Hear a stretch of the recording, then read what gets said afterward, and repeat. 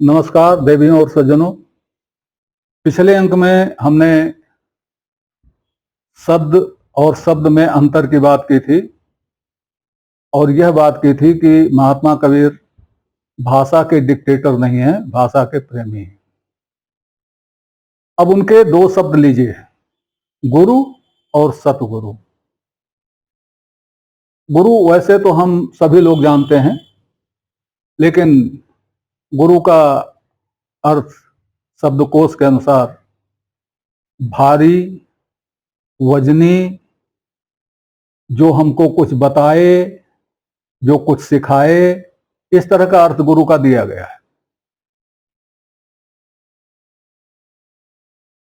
अब गुरु पर आप विचार कीजिए, कोई भी व्यक्ति दुनिया में ऐसा नहीं है, बल्कि कोई भी जीव ऐसा नहीं है जिसका कोई गुरु ना हो। आपको आश्चर्य हो रहा होगा। अब अर्थ लीजिए गुरु का। गुरु वह है जो भारी हो, वजनी हो, जो हमको कुछ भी सिखाए, वो गुरु है। बृहस्पति को भी गुरु कहते हैं, बृहस्पतिवार को भी गुरु कहते हैं। गुरु के अनेक नाम हैं, अभी बताऊंगा। लेकिन गुरु वही है जो हमको कुछ दे और जो हमको बिना बदले की प्रत्याशा के दे, वही गुरु है। जो कुछ लेकर देते हैं उनको भी हम गुरु कहते हैं, लेकिन तकनीकी तौर पर वो गुरु नहीं है। वो तो पारिश्रमिक पर लगे हुए लोग हैं, हालांकि हम उनको आदर देते हैं और हम उनको मजदूर नहीं कहते, लेकिन वो मजदूरी लेकर काम करते हैं, ये बात सही है। खैर, गुरु के बिना दुनिया का कोई व्यक्ति नहीं है। अब हमारे कुछ महान भाव कहते हैं कि भगवान बुद्ध का कोई गुरु नहीं था। कुछ ये भी कहने लगे हैं कि महात्मा कबीर का कोई गुरु नहीं था, उसी तर्ज पर। और मैं कहता हूं कि बिना गुरु के कोई हो ही नहीं सकता। अब मैं समझाता हूं।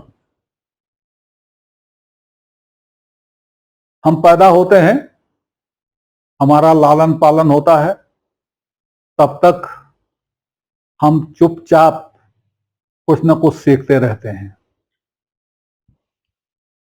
उसके बाद हम थोड़ा बड़े होते हैं, हमको चलना सिखाया जाता है, हमको बोलना सिखाया जाता है। ये चलना बोलना कौन सिखाता है? हमारे माता पिता। तो हमारे माता पिता हमारे गुरु हुए कि नहीं गुरु हुए?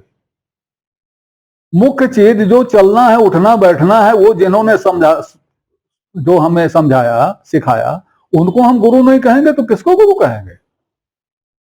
अब आगे बढ़िए। हमारा बड़ा भाई है, ने भी हमें कुछ सिखाया है, हमारे पड़ोसियों ने कुछ सिखाया है, हमारे समाज वालों ने हमें कुछ सिखाया है, हमारे शिक्षकों ने हमें कुछ सिखाया है। बस ये समझिए कि जिससे भी हमारा संपर्क हुआ है, उससे हमने किसी न किसी तरह से कुछ सीखा ही है, चाहे हमें याद हो चाहे ना याद हो। एक क्षण के लिए आंख बंद करके सोचें कि जो कुछ भी आप जानते हैं उसमें आपका अपना क्या है, आपने कहां से पैदा किया है। तो आपको यही पता चलेगा कि आपने कहीं से पैदा नहीं किया है, आपको सिखाया गया है, किसी ने सिखाया है, मास्टर ने पढ़ाया है, किताबों ने पढ़ाया है। तब आप बने बने घूम रहे हैं और कहते हैं हमारा कोई गुरु नहीं। जो ये कहते हैं कि कबीर का कोई गुरु नहीं था, गौतम बुद्ध का कोई गुरु नहीं था, वह कनफुकवा गुरु की बात कर रहे हैं। कनफुकवा गुरु समझ रहे हैं? वो कनफुकवा गुरु की बात कर रहे हैं। हाँ, इनका कोई कनफुकवा गुरु नहीं था, क्योंकि ये कनफुकवा को गुरु मानते ही नहीं थे। और सही बात है, कनफुकवा गुरु गुरु नहीं होता। गुरु वही होता है जो कुछ सिखाए। कनफुकवा गुरु हमें क्या सिखाता है? कुछ नहीं सिखाता। और रही बात वैसे गुरु की, तो मैं आपको बता दूं, भगवान बुद्ध का वह टहलुआ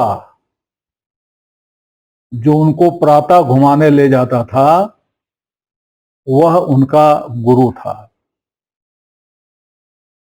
कैसे गुरु था?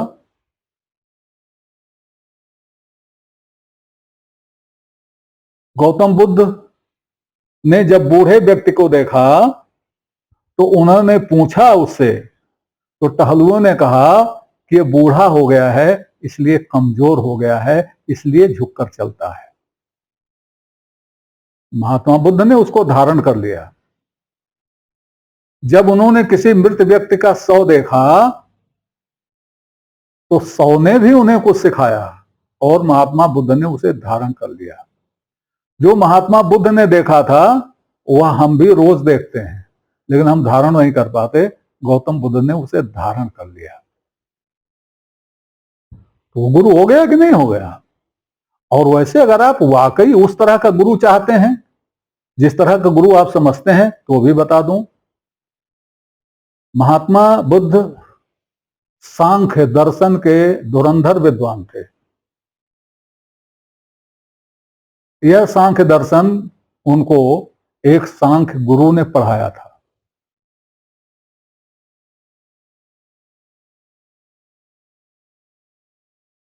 कहने का मतलब यह है कि कोई ऐसा व्यक्ति नहीं है जिसका कि कोई गुरु ना हो, लेकिन हम कनफुकवा को ही गुरु मानते हैं, तो इसके बारे में क्या कहा जाए। अब गुरु शब्द का देखिए, अमरकोश में 277, 73 162, 2614 में जो वर्णन है वह सब गुरुओं का वर्णन है। इसमें गुरु भी हैं, आचार्य भी हैं, अध्याय भी हैं, उपाध्याय भी हैं, सब हैं, लेकिन ये सब गुरु हैं, ये सब गुरु हैं। अब संस्कृत में एक शब्द सतगुरु है।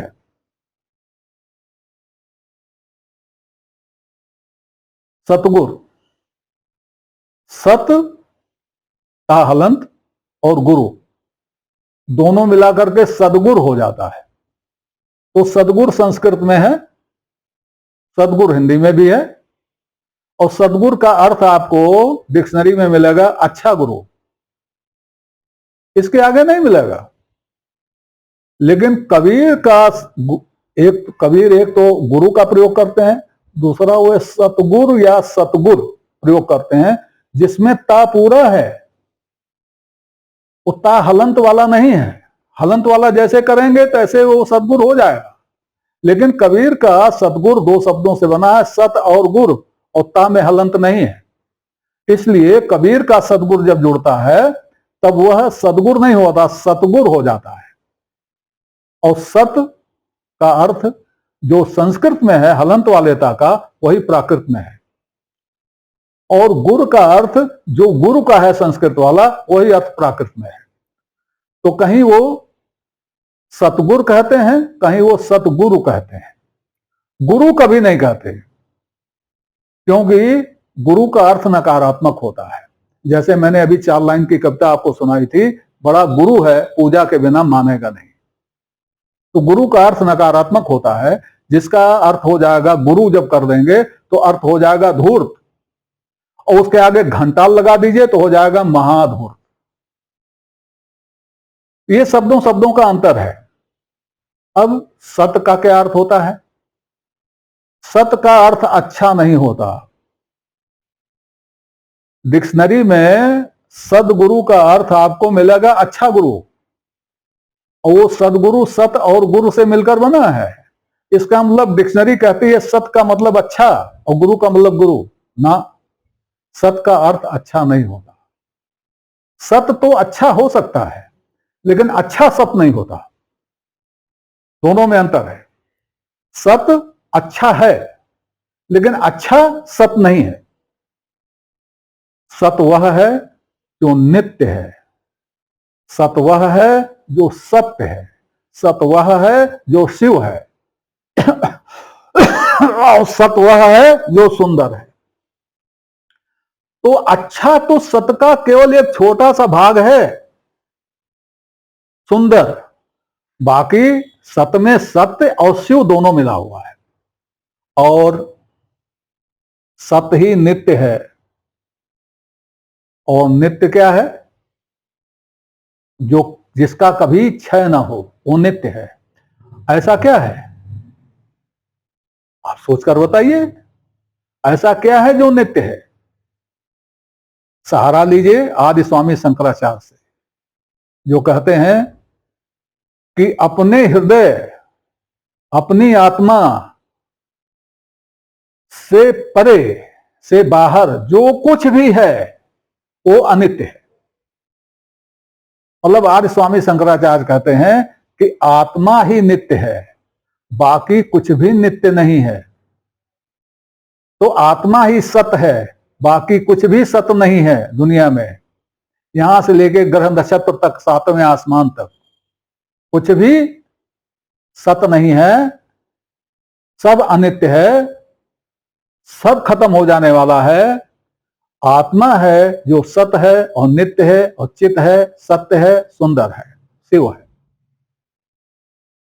तो सत गुरु, वह गुरु जो नित्य है, शाश्वत है, सत्य है, शिव है, सुंदर है, वह अपनी ही आत्मा है, अपना ही जीव है।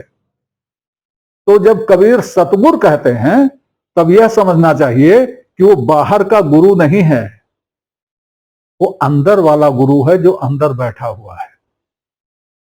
और यह अंदर वाला गुरु, जैसे मैंने कहा, गुरु सबके होते हैं, बाहर वाले गुरु सबके होते हैं, ये भी सही है, और सतगुरु भी सबका होता है, ये भी सही है।